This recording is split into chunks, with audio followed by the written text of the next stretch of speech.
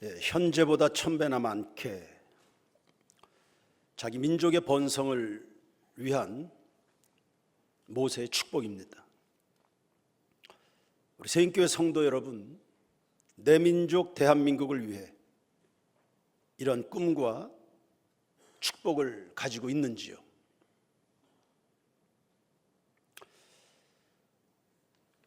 (10배) (100배) (1000배) 이거 무한대의 꿈입니다. 이왕 하나님의 일이 이루어지는데 우리가 적게 꿈을 가질 이유는 없겠습니다. 내 백성은 이거 하나님의 백성입니다. 하나님이 영생 주시기로 작정해서 구원받은 사람들입니다. 하나님을 경외하는 지혜를 가지고 있습니다. 제사장 민족으로 온 세상 예수 그리스도의 이름을 가지고 하나님을 대신해서 세상을 축복하는 의인들입니다. 악인의 번성은 종말을 부릅니다. 의인은 시냇가에 심은 나무처럼 번성할 것이고 시절을 쫓아 과실을 맺습니다. 대저 의인의 길은 여호와께서 인정하시나 악인의 길은 망합니다. 사울 같은 사람들이 번성하면 시대에 재앙이 올 겁니다. 다윗 왕과 같은 사람들의 번성은 시대의 희망이 되겠죠. 그런 점에서 이 땅에 의인의 번성을 실행하는 교회는 혹은 우리의 선교 현장은 점점 더 잘 돼야 되고 번성해야 될 줄로 믿습니다. 우리가 각자 섬기는 목회 현장에 하나님의 복음이 완성하기를 주의 이름으로 축원합니다. 성장은 3가지 유형이 있습니다. 하나는 양적 성장입니다. 초대교회는 날마다 믿는 자의 수가 늘어갔죠. 10명이 100명 되고 100명이 1000명이 되는 겁니다. 두 번째는 질적 성장입니다. 사람이 회심하여 교회에 그 수가 가입할 뿐 아니라 믿게 된 그 사람들이 다 제자가 되는 겁니다. 퀄리티 있는 양육을 통해서 온전한 사람이 되어 봉사의 일을 기꺼이 하는 겁니다. 봉사의 그때의 수준은 예수님처럼 사는 겁니다. 예수님처럼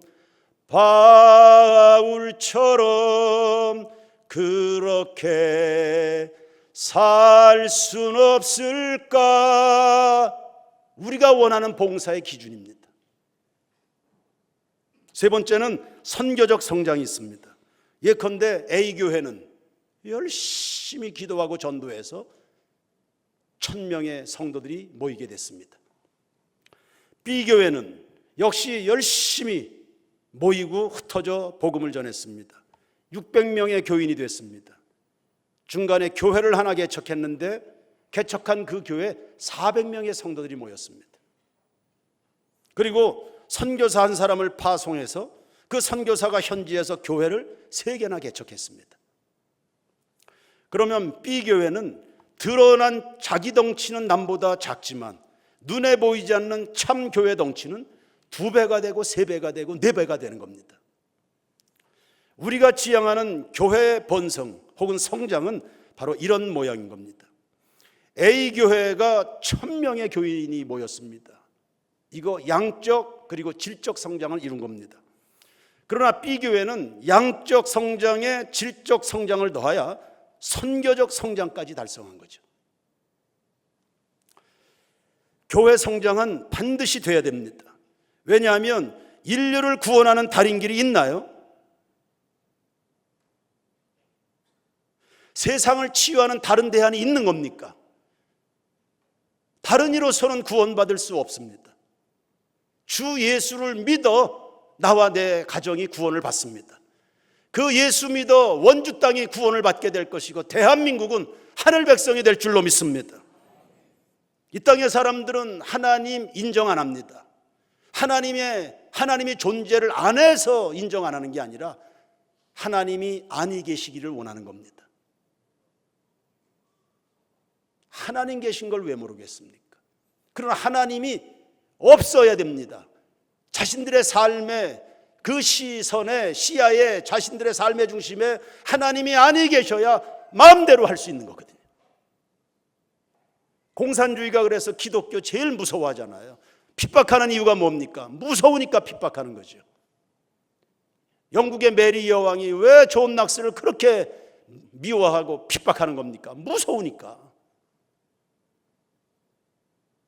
군대를 가진 사람도 아닙니다. 복음 하나 가진 사람인데 왕이 권력을 이용해서 그거 하나 죽이려고, 무서우니까. 이 땅에서 자기의 권력으로 갖고 있지 않은 하늘의 권력을 가지고 있으니까 무서운 겁니다. 그 세상에서 제일 무서운 사상은 무신론입니다. 이 무신론을 깰 수 있는 유일한 대안이 뭡니까? 복음입니다.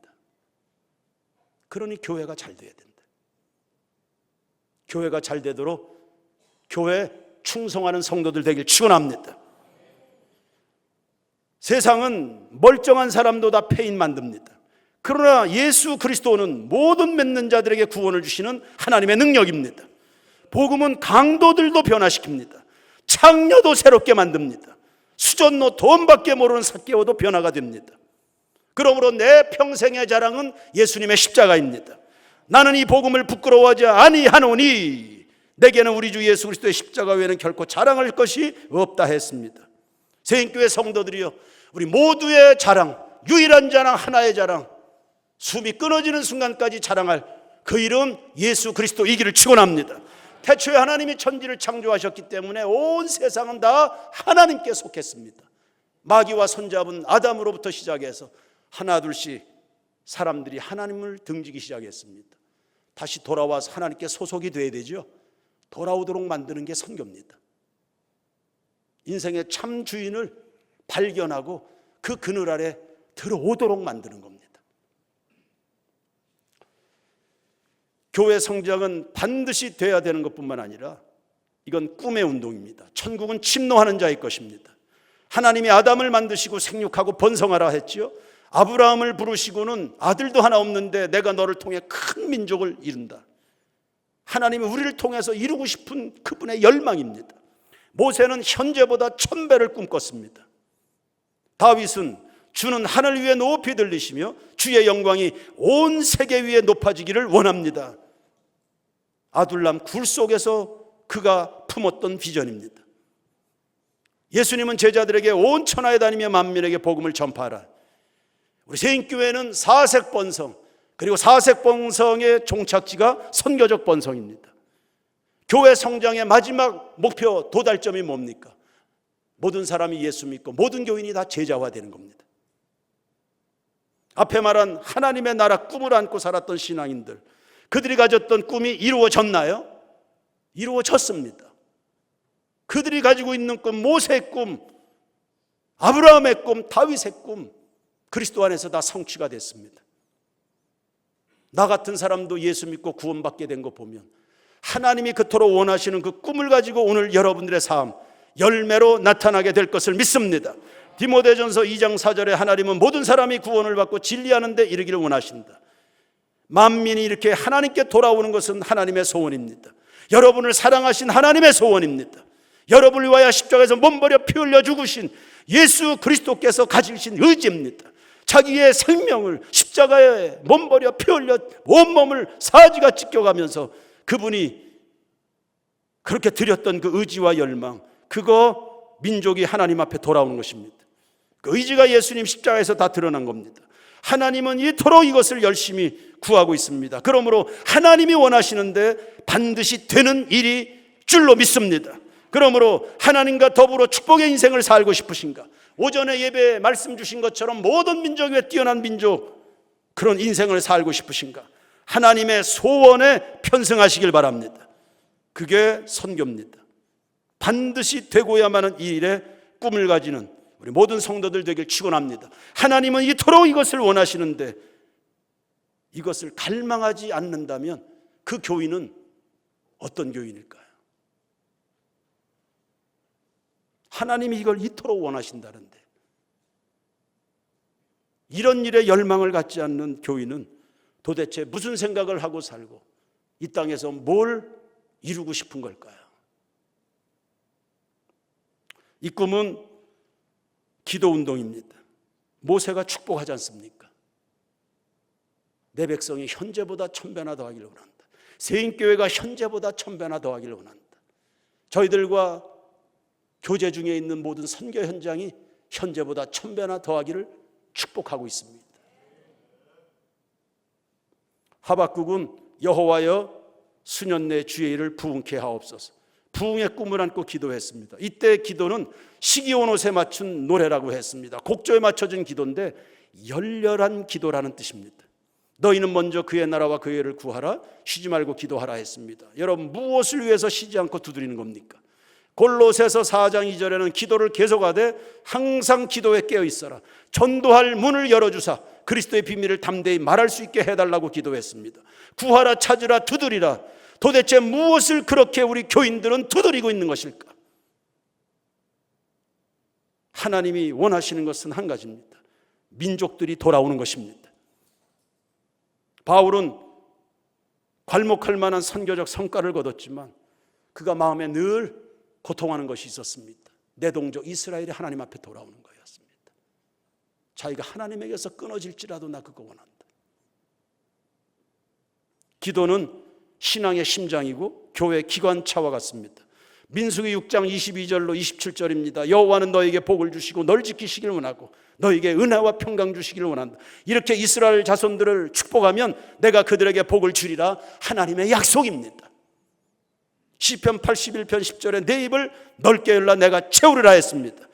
기도하는 만큼이 꿈을 꾸게 되는 세상이 될 것이고, 기도하는 만큼 여러분의 가슴에 열정이 타오르게 될 것이고, 기도하는 만큼 응답을 보게 될 줄로 믿습니다. 기도하고 구한 것은 받은 줄로 믿으라. 할렐루야. 기도로 세계를 경영하는 세인교회 교우들 되길 축원합니다. 하나님 나라 성장은 전도운동입니다. 씨를 뿌려야지요. 아니, 씨를 안 뿌리는데 어디서 싹이 나오겠습니까? 기도를 안 했는데 응답이 있을 수 있겠습니까? 그런 심보는 도둑놈이죠. 전한 자가 없는데 어떻게 듣겠으며 들은 적이 없는데 어떻게 믿을 것이냐? 믿을 수가 없는데 어떻게 구원을 받을 것이냐?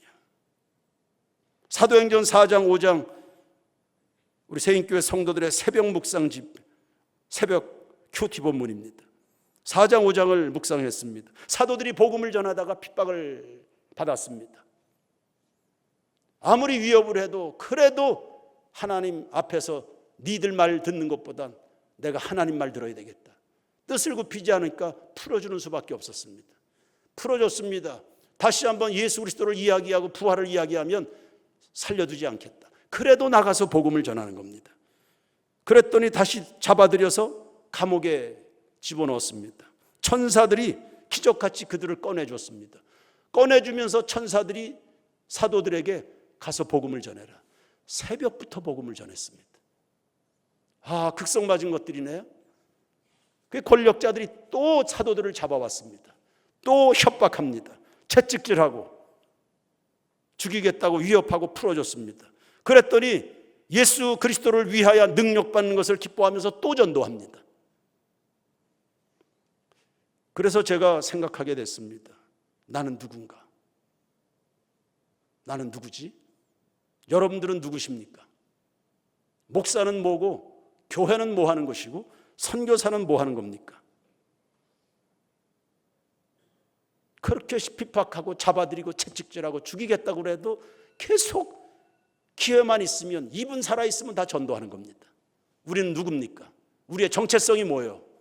택하진 족속 왕같은 제사장 고상한 겁니까? 전도자입니다. 우리는 다. 그게 우리의 정체성입니다. 전도하니까 내가 살아있는 것이고, 전도하니까 교회고, 전도하니까 목사가 되고 장로가 된다. 인도의 대주교가 후원을 요청하러 캔터베리 대주교를 찾아왔습니다. 캔터베리 대주교가 서류를 검토하다가 이렇게 물었습니다. 후원을 요청하는 그대여, 최근에 당신이 예수님께로 인도한 영혼은 있습니까? 후원을 해달라. 그러면 당신이 최근에 누구를 주님께로 인도했습니까? 인도의 대주교는 한마디도 못했습니다. 창피해서. 후원은 뭐 때문에 필요한 거야? 전도를 안 하는데.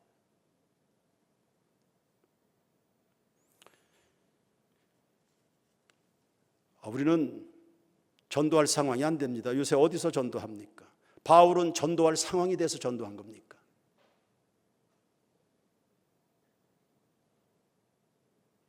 상황은 아닌데 그래도 전도하니까 하나님이 천군 천사로 보호하신 것도 진실입니다. 우리는 생존을 위해서 존재하지 않습니다. 우린 다 복음 때문에 보냄받은 사람들인 줄로 믿습니다. 바울은 자기 정체성이 명확해요. 나는 복음을 위해서 택정받았다. 전도하지 않는 교회는 고기를 잡을 수 없는 배와 같다 그랬습니다. 하나님 나라 번성은 죽을 각오해야 됩니다. 예수 그리스도와 함께 이미 죽어 있어야 됩니다. 그래서 바울처럼 더 이상 죽을 것이 남아있지 않아야 우리가 주의 길을 걸을 수 있습니다. 사도행전 20장 24절에 예루살렘에서 내가 무슨 일 당할는지 난 잘 모르겠다. 그런데 난 죽을 것도 각오했다. 에스더 죽으면 죽으리다. 예수님도 땅에 떨어져 죽은 미랄이었기 때문에 열매가 나타났습니다. 그분은 공생의 기간 말년에 자주 이야기했습니다. 제자들에게. 나는 팔려서 고난도 받고 죽임을 당할 거다. 주기철 목사님도 일사각오였습니다. 조선 땅의 축복, 누군가는 죽었습니다. 많이 죽었습니다. 나를 따르려거든 자기를 부인하고 자기 십자가를 지고 날마다 주를 좇을 것이라 했습니다. 목사도 선교사도 가장 추할 때가 언제일까요? 언제겠습니까? 자기부터 챙기는 겁니다. 우리가 챙길 게 뭐가 있어요? 다 죽었는데. 살려고 발버둥 치면 그거 가장 추한 거 아닙니까?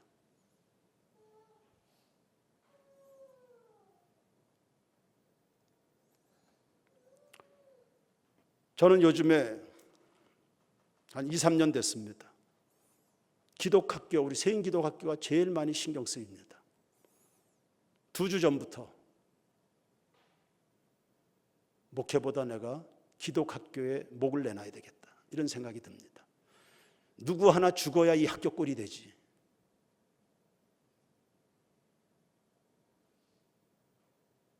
이정은 교장 어떡할게요?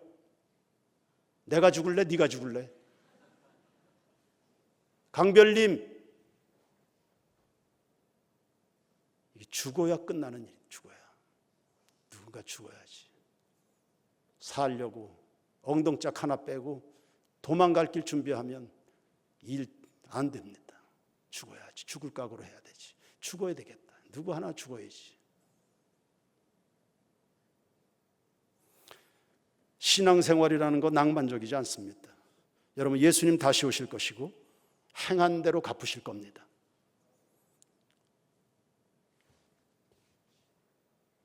너는 내 증인이라 그랬네요. 저 순교자라는 뜻 아닙니까?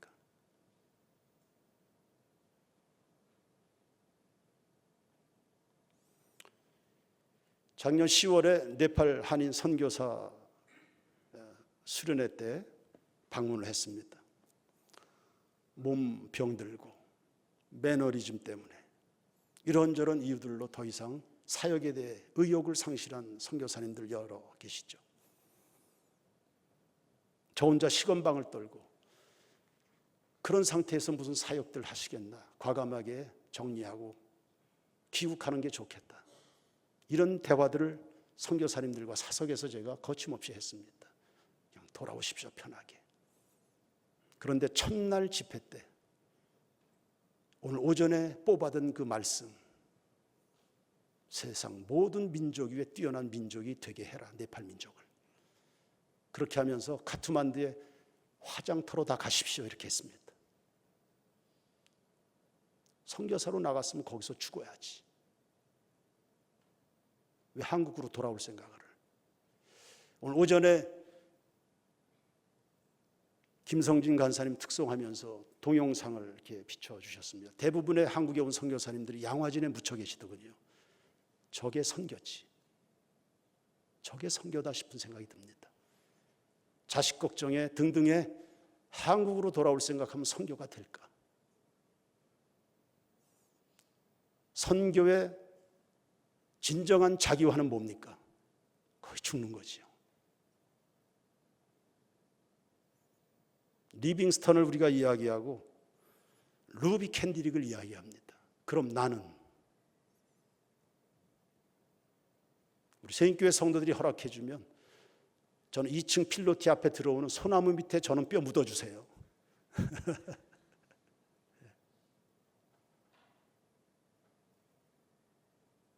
증인은 순교자라는 뜻입니다. 그러니까 우리가 다 죽어서 만나야 됩니다. 현재보다 1000배를 꿈꾸고 축복한 모세입니다. 모세는 이미 죽었습니다. 지팡이 들고 거기가 어디라고 애굽 왕궁으로 돌격합니까? 그는 가나안 땅에 들어가지도 않았는데, 못했는데 여한이 없습니다. 엘리야는 혈혈단신으로 아합 왕에게 도전합니다. 그리고 갈멜산에 섰습니다. 그는 죽은 겁니다. 요단강물 건널 때도 법궤 메고 제사장들이 죽을 각오하고 들어갔습니다. 죽도록 충성하라. 그리하면 생명의 면류관을 얻을 것이다.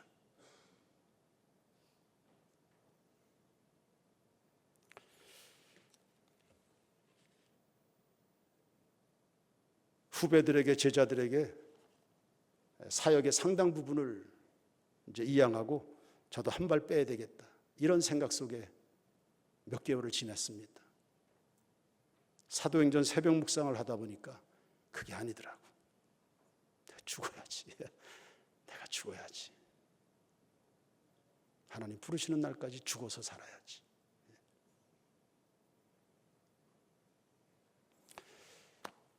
예, 죽어서 만나게 되기를 바랍니다.